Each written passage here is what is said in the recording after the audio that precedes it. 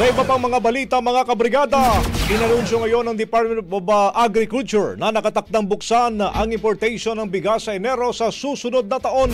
Sa joint hearing ng Committee on Agriculture at Committee on Ways and Means sa Kamara, sinabi ni Agriculture Secretary Francisco Chu Laurel na aprobado na ni Pangulong Marcos ang plano ng DA. Ito'y habang pinag-aaralan pa ng economic managers na ibalik sa 35% ang taripa sa inaangkat na bigas mula sa kasalukuyang 15%. Ipiniliwanag pa ni Laurel na muling ipatutupad ang import ban mula Pebrero hanggang Abril upang bigyang daan ang panahon ng anihan.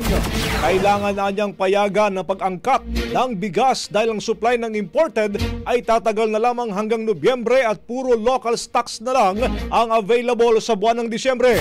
Mula rito, inanunsyo ni Laurel na pinalawig na hanggang sa katapusan ng taon ang Executive Order No. 93 o ang import ban sa bigas.